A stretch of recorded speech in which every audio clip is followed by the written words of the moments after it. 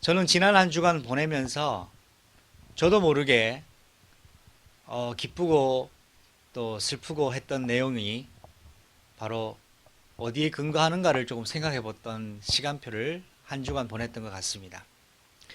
그 한 주간을 보내면서 삶이 곧 우리의 현장이라는 말씀 속에서 한 주간 기쁘고 슬픔의 그 기준을 한번 제가 생각해 봤더니 나의 계획 속에, 내 생각 속에 내가 갇혀 있진 않았나라는 것을 발견하게 되어지고, 또 그 가운데 말씀에 주시는 은혜 속에 그 말씀을 묵상하는 가운데 창세기 40장 1절에서 22절 말씀을 묵상하고 오늘 이 말씀을 가지고 하나님 앞에 또 교회 앞에 섰습니다. 오늘 말씀의 제목은 나의 생각과 하나님의 계획입니다.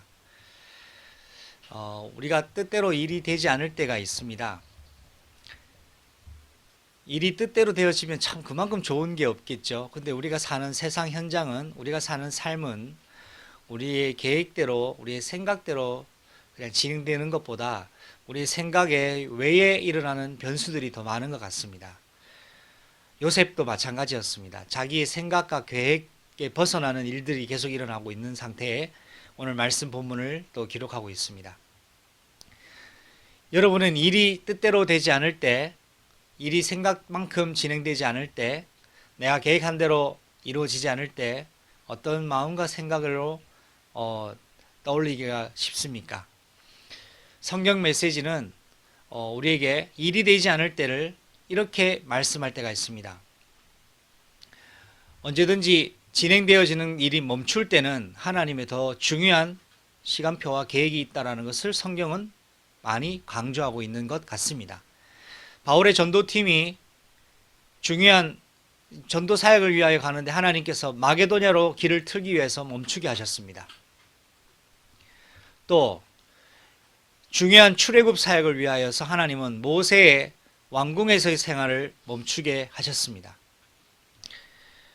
교회를, 예수를 믿는 사람들을 잡아 죽이는 것이 하나님께서 기뻐하시는 일이라고 믿었던 사울은 다메섹 도상에서 하나님께서 강권적으로 그 사울의 그 모든 것들을 멈추게 하셨습니다.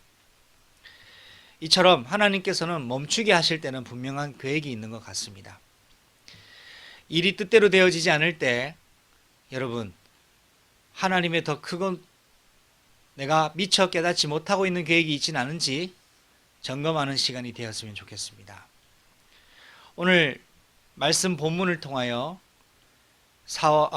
요셉이 하나님께서 어떻게 일을 해나가시는지를 확인하고 요셉은 또 어떤 상황 속에 있는지를 한번 확인했으면 좋겠습니다. 요셉은 하나님과 함께 하셨으므로 요셉이 애굽의 노예 현장에 있었습니다. 그런데 이 뜻밖의 사건을 당하게 됩니다. 보디발의 아내가 요셉을 유혹하는 사건을 당하게 됩니다. 요셉이 원했던 것이 아닙니다. 요셉이 생각지 못했던 일을 겪게 된 것이죠. 여기에 요셉은 그 보디발 아내의 유혹을 뿌리칩니다. 요셉에게 원하는 것을 주겠다는 그 보디발 아내의 요구를 뿌리채고 그 자리를 피합니다.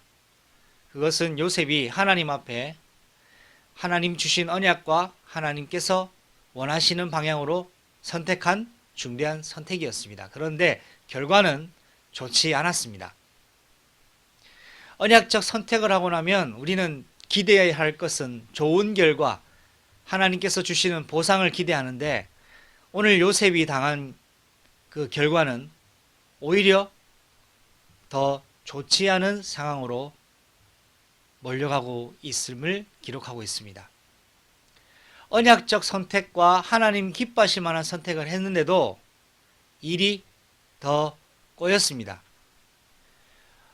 본인이 유혹한 것도 아닌데 보디발 아내가 유혹한 죄를 요셉에게 뒤집어 씌워버린 겁니다. 그래서 요셉은 그동안 요셉을 신뢰하고 믿었던 많은 사람들에게부터 등돌림을 당했습니다. 보디발의 아내의 유혹 때문에 친위대장 보디발에게까지 버림을 받고 실망감을 감출 수 없을 만큼 안타까움을 겪게 되었습니다. 그래서 감옥에 가두어집니다. 아무런 동기 없이, 목적 없이, 사심 없이 최선을 다했을 뿐인데 결과는 감옥행이었습니다. 여기에서 일어나는 일들이 오늘 성경에 나오는 본문의 내용입니다. 감옥에 있는 어느 날 또 두 사람이 들어오게 됩니다. 그 두 사람은 바로 왕의 시중을 들었던 이 셰프들이었습니다. 요리사들이죠. 술을 따라주고 떡을 굽는 사람이었습니다. 바로 왕의 측근들이 오늘 요셉이 있는 감옥으로 들어가게 됩니다. 그래서 그들이 세 명이서 같이 감옥에서 생활을 한 지가 조금 시간이 보내진 것 같아요. 한 번은 요셉이 그들의 시중을 들기 위하여 감옥 속에 이렇게 그들을 이제 만났는데 그 두 사람의 얼굴빛이 좋지 않은 걸 보고 묻습니다. 오늘 왜 당신들의 얼굴빛이 그리 좋지 않습니까? 그러니까 우리가 꿈을 꿨는데 꿈이 너무 어떤 꿈인지를 잘 모르겠어서 좀 궁금하기도 하고, 더 신기한 거는 나도 꿨는데 같이 있던 이 떡관원장도 같은 비슷한 꿈을 꿨는데 도무지 이 내용이 무엇인지 우리가 알 수 없어서 지금 고민하고 있단다. 이때 요셉이 이야기하지요. 꿈의 해석은 하나님께 있지 않습니까? 당신들이 말씀을 해주시면 제가 하나님께 그 꿈의 해석이 어떻게 되는지 한번 질문하고 또 전달해 드릴 수 있도록 해보겠습니다. 그래서 이 술 관원장이 자신의 꿈 얘기를 합니다. 이때 요셉이 꿈 얘기를 듣고는 당신은 3일 뒤에 다시 복직될 것 같습니다 라고 이야기를 하니 이 술 관원장이 듣던 중 반가운 소리 아니겠습니까? 너무나 기뻐서 그렇구나, 정말 네 꿈대로 네가 해석할 대로만 된다면 좋겠다. 옆에 듣고 있던 떡 관원장도 그러면 내 꿈도 한번 들어봐라 라고 하면서 꿈 얘기를 해줬더니 요셉이 그 꿈 얘기를 다 듣고는 가감하지 아니하고, 당신의 꿈 이야기를 들어보니까 당신은 아마 안타깝지만 바로왕에 의해서 사형이 될 것 같습니다. 그런 꿈을 꾼 것 같습니다 라고 합니다. 근데 그 떡관원장은 그 꿈을 믿고 싶지 않았습니다. 자, 그런데 중요한 건 정확하게 3일이 지나고 나니까 요셉이 꿈을 해석해 준 대로 술관원장은 석방이 되어지고 떡관원장은 사형이 되어지는 일이 실제로 일어나게 된 것입니다. 여기에서 우리가 꼭 한 가지를 기억하고 지나가야 되겠습니다. 우리 인간의 살고 있는 우리의 인생사는, 우리의 삶이 곧 현장이, 우리의 삶이 곧 현장이라고 말씀 주셨죠. 우리가 살고 있는 삶의 현장이 그냥 우연히 일어나는 일은 한 가지도 없다라는 사실입니다. 술관원장과 떡관원장이 요셉이 갇혀있던 감옥으로 가게 된 것도 하나님이 일으키신 일이요, 그들에게 꿈을 꾸게 하신 분도 하나님이시요, 그들의 꿈을 해석하도록 요셉을 사용하신 분도 하나님이셨습니다. 하나님이 모든 것을 진행해 나가시고 주권적으로 일을 하고 계시는다는 것을 우리는 기억해야 됩니다. 우리는 우리 계획대로 되면 좋고 우리 계획대로 안 되면 슬플 때가 있잖아요. 그런데 우리는 그 수준을 넘어서 모든 일을 주권적으로 일하시는 그분의 계획이 무엇일까? 여기로 새롭게 출발할 수 있어야 되겠습니다. 오늘 술관원장과 떡관원장의 사건은 그 사건을 넘어 하나님의 주권적인 손이 그들을 다스리고 그들을 이끌어 가고 계신다는 사실입니다. 그런데 오늘 이 사건과 오늘 이 일은 엄밀히 보면 하나님은 요셉을 위하여 준비하신 사건입니다. 요셉이 감옥에 갇혔지요. 여기에 두 술관원장, 떡관원장이 함께 들어왔습니다. 이 사건은 하나님이 일으키신 일입니다. 우연히 어느 날 두 사람이 잘못해서 나랑 같이 지냈구나가 아니라 하나님이 일으키신 사건이라는 것입니다. 여러분의 지난 한 주간의 삶에 일어났던 사건들은 하나님께서 일으키신 사건들입니다. 왜 일으키셨느냐? 하나님이 일으키셨으면 왜 그런 일을 일으키셨느냐? 하나님은 거기에 대한 결과와 계획을 가지고 일을 일으키셨어요. 그러면 여러분이 오늘 그것을 기억하고 말씀을 통해서 우리가 오늘 회복할 것은 하나님께서 일으키셨다는 사건이 맞고 확실하다면 우리는 그분의 계획이 무엇인가를 깨닫고 그분의 계획이 이루어질 것을 감사하며 나가는 것이 사단을 무릎 꿇게 하는 방법입니다. 자, 두 번째입니다.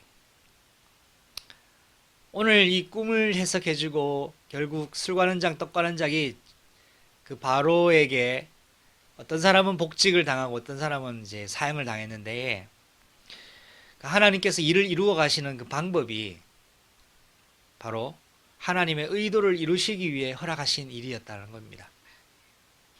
하나님의 의도를 이루시기 위하여 허락하신 일.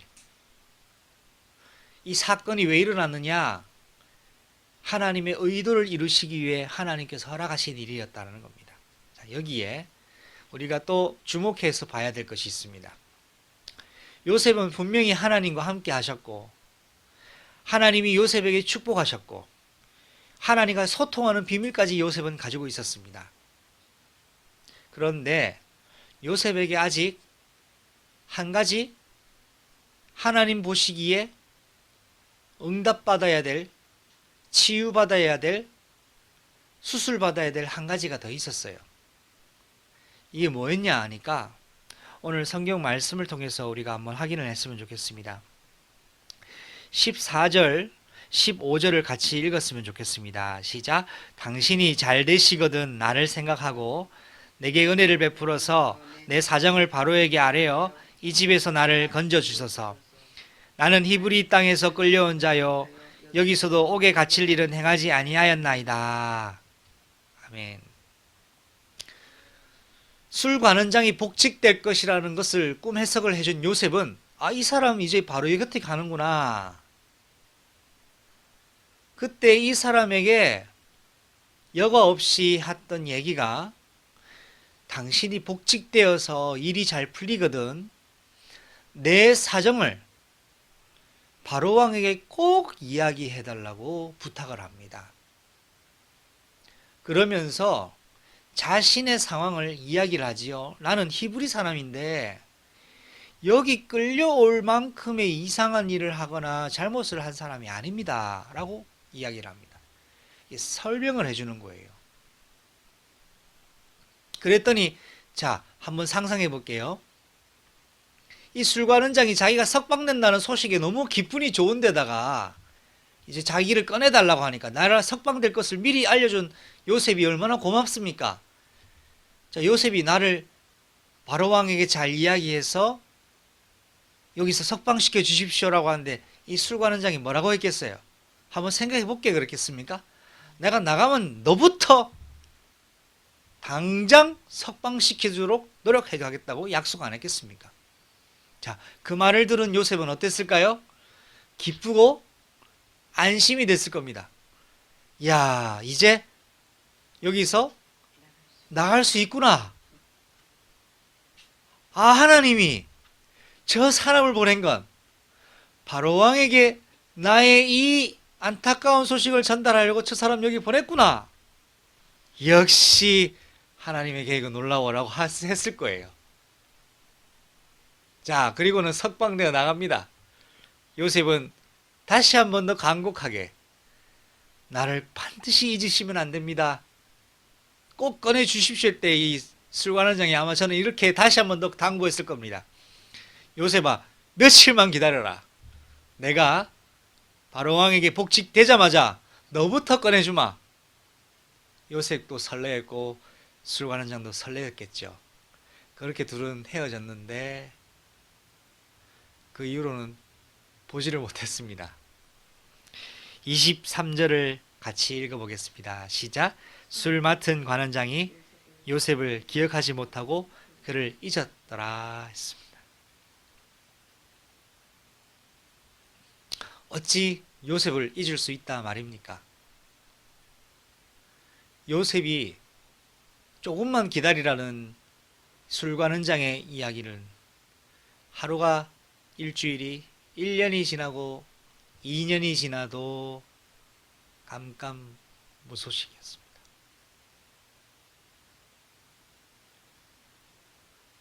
나를 그렇게 꺼내주겠다고 호언장담했던 사람의 소식이 들리지가 않습니다.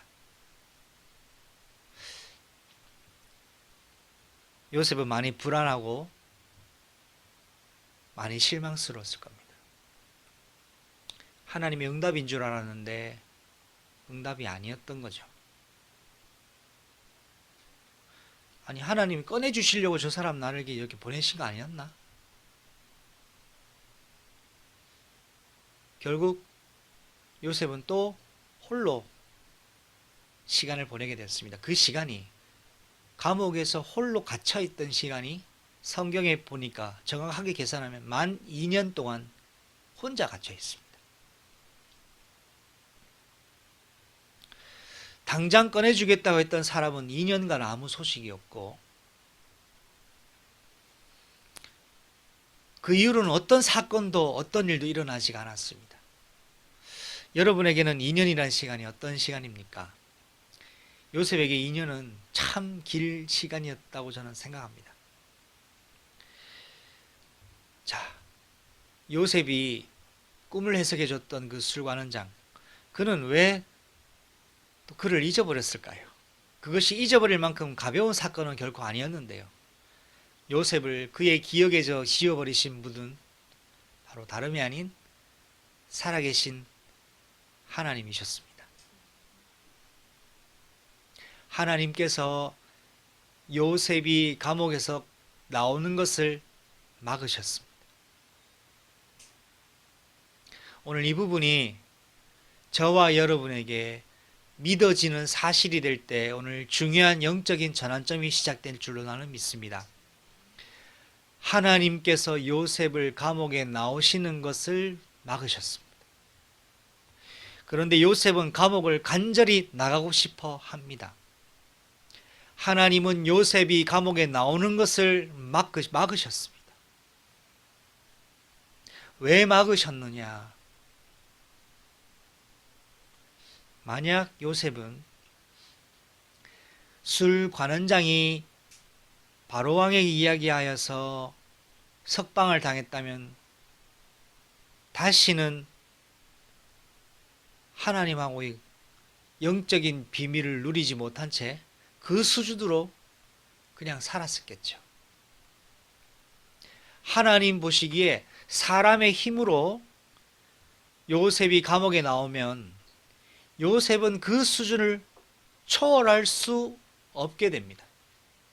근데 하나님이 요셉에게 작정하신 계획은 사람의 수준의 정도가 아니라 애굽 전국을 통한 전 세계를 복음화하는 일에 쓰는 그릇으로 하나님 준비하시기 위하여 지금 철저하게 고독 속에, 철저한 외로움 속에, 철저하게 홀로 격리를 시켜놓으셨는데, 그 이유가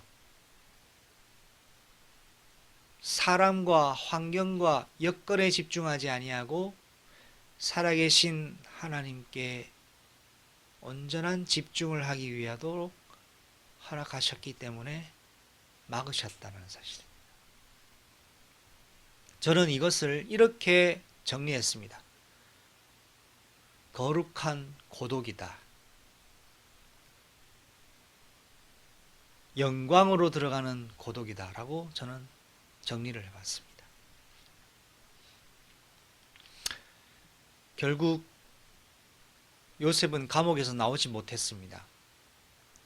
2년이라는 시간을 홀로 철저히 외로움 속에, 사람에 대한 실망 속에 자신을 이렇게 내버려 두신 것 같은 하나님을 향한, 왜 그렇게밖에 하실 수 없으실까에 대한 어쩌면 작은 불평도 있었을 겁니다.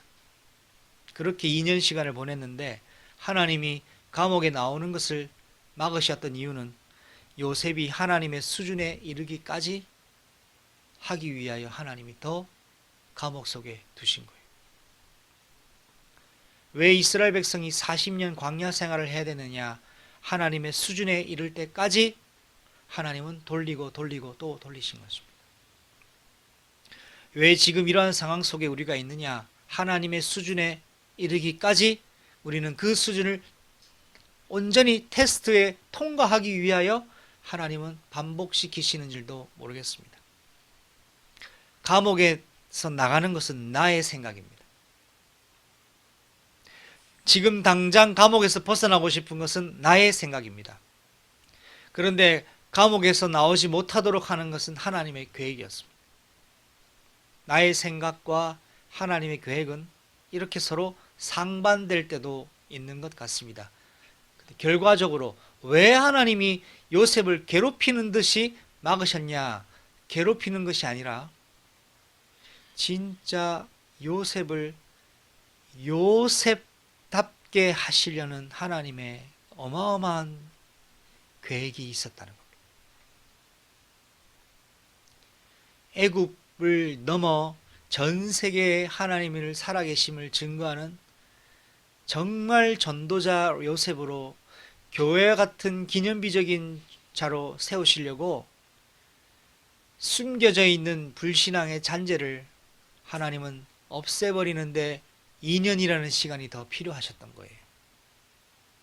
더더군다나 요셉이 총리가 되기에 가장 합당한 시간표가 2년 뒤였기 때문에 하나님은 요셉을 사람의 힘으로 꺼내시는 것이 아니라 당신의 강권적인 역사로만 꺼내버리신 겁니다. 그래서 절대로 불가능한 일들이 가능히 연속이 되어지기 시작합니다. 노예가 애굽의 총리가 되어지고, 애굽의 전국의 박수무당과 어떤 지식인들도 해석할 수 없는 바로의 꿈을 요셉이 하나님의 능력을 힘입어 하나님이 보시는 미래를 전달해주는 예언자 역할을 하게 된 겁니다. 요셉은 꿈을 해석하는 능력이 있었던 것이 아닙니다. 미래를 알고 계시는 하나님이 요셉에게 미래일을 미리 알리셨던 것 뿐입니다. 사랑하는 성도 여러분, 하나님은 미래를 알고 계시고 하나님은 여러분의 미래를 알고 계십니다. 그 미래가 궁금하다면 우리는 깊은 24시 기도 속에 들어갈 때 하나님 보이시는 미래를 가늠할 수 있습니다. 말씀을 기준으로 기도의 능력 속으로 삶이 곧 현장임을 우리가 알고 그 속에서 하나님이 계획해 놓으신 계획, 미래 계획을 발견할 때에 24시를 누리게 될 때 미래를 알게 됩니다. 말씀을 맺겠습니다. 그래서 오늘 요셉의 사건과 본문을 통하여 오늘 제목이 나의 생각과 하나님의 계획이었는데, 오늘의 결론은 하나님의 절대 주권 속에서 여러분이 말씀 흐름에 선포되어지고 있는 393의 비밀을 누리는 한 사람이 되는 것입니다. 393이 뭐냐?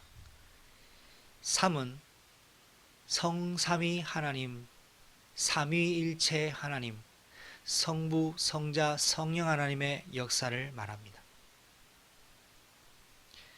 여러분을 계획하신 성부 하나님, 여러분을 구원하신 성자 하나님, 여러분을 구원으로 완성케 하시는 성령 하나님이 오늘 여러분의 절대 주권자로 역사하실 때 9가지 보좌의 응답이 설정되고 세팅되기 시작합니다. 이 9가지 보좌의 응답이란 무엇이냐? 첫 번째는 하늘 보좌의 하나님의 역사가 지금 내게 있는 그 현장에 임하는 보좌와의 축복이요. 두 번째는 이 보좌와의 응답이 오게 되면 현장에 시간과 공간을 초월하는 하나님의 역사를 보게 됩니다. 시공간을 넘나드시는 성령의 역사, 그 속에 우리가 들어가게 되고요. 이 성령의 역사 속에 붙잘림 받은 사람이 사도행전 1장 8절처럼 세 번째입니다. 237 살리는 빛의 역할, 주역으로 쓰임받게 됩니다. 그리고 이런 비밀을 가지고 있을 때에 하나님의 형상이 회복된 나를 통하여 하나님은 그의 말씀의 생기로 내 안에 역사하시는 성령이 더 강하게 충만하도록 일을 하십니다. 이때에 나에게 실제적으로 나의 현장이 하나님이 통치하시는 에덴 동산 같은 축복이 임하게 되는 것이죠. 이게 지금까지 6가지 말씀드렸습니다. 나머지 3가지는 뭐냐? 이때에 하나님께서 나를 통해 전무후무한 응답을 주시게 되어 있고, 교회를 통하여 주실 전무후무한 응답, 업을 통하여 주시는 전무후무한 응답이 연결이 되어지는 것입니다. 이것이 9가지 보좌와의 세팅의 내용입니다. 그럼 3구를 했으니까 3이 남았죠. 그럼 나머지 3은 뭐냐? 3가지 시대를 말씀하고 있어요. 기도하고 말씀 주시고 있는 거예요. 3가지 시대는 무슨 시대냐? 목회자가 회복되어져서 진짜 강단이 회복되어지고 세계복음화의 중요한 시련이 되어지는 시작이 출발되어질 때, 2번째, 교회의 중요한 중직자들이 일어나 시대를 살리는 응답 속으로, 그리고 3번째는 렘넌트들이 다가올 미래 차세대에 또한 그리스도의 교회로 세워져서 주님 오실 길을 예비하는 것이 바로 메시지 흐름 속에 3, 9, 3의 비밀의 내용을 말씀으로 함께 결론으로 정리를 했습니다. 이것이 새로운 메시지 흐름이 아니라 138, 그리고 24, 25 영원, 그리고 237 메시지 더불어서 주시는 복합적인 또 하나의 중요한 기도의 제목으로 주신 것입니다. 393을 쉽게 말하면 3은 사도행전 1장 1절이요, 9는 1장 3절 하나님의 나라의 비밀이요, 3은 1장 8절 하나님의 성령의 충만으로 오는 증인의 결과를 말씀하고 있습니다. 여러분, 오늘 요셉의 사건은 그냥 일어난 사건이 아니고 요셉의 어떤 잘못과 실수로 일어난 일도 아닌 하나님이 일으키신 사건이었습니다. 하나님의 의도를 이루시기 위해 허락된 일입니다. 하나님의 수준에 이를 때까지 하나님은 요셉을 감옥에 두셨습니다.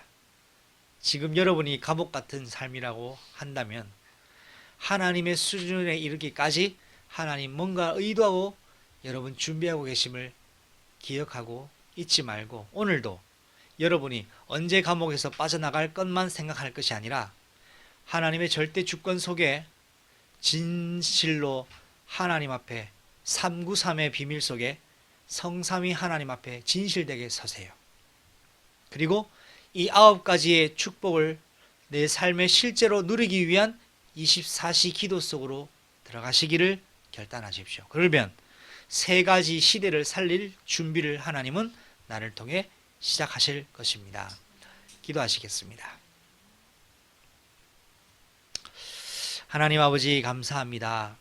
오늘 주신 말씀처럼 나의 계획과 나의 생각과 하나님의 계획이 서로 상충될 때가 있습니다만, 하나님, 우리의 생각은 언제든지 사단이 틀린 것을 심고 잘못된 것으로 붙잡도록 속인다는 것을 기억하고 우리의 연약함을 도우시사 그리스도의 성령께서 우리의 생각과 마음을 지키심으로 하나님의 계획 속에 절대 주권 속으로 하나님의 크고 놀라운 그 어마어마한 계획 속으로 우리가 24시 속에 들어가는 시작을 하게 하여 주셔서 절대 주권 안에 하나님 393의 비밀을 오늘 누리는 전도자로 축복하여 주옵소서.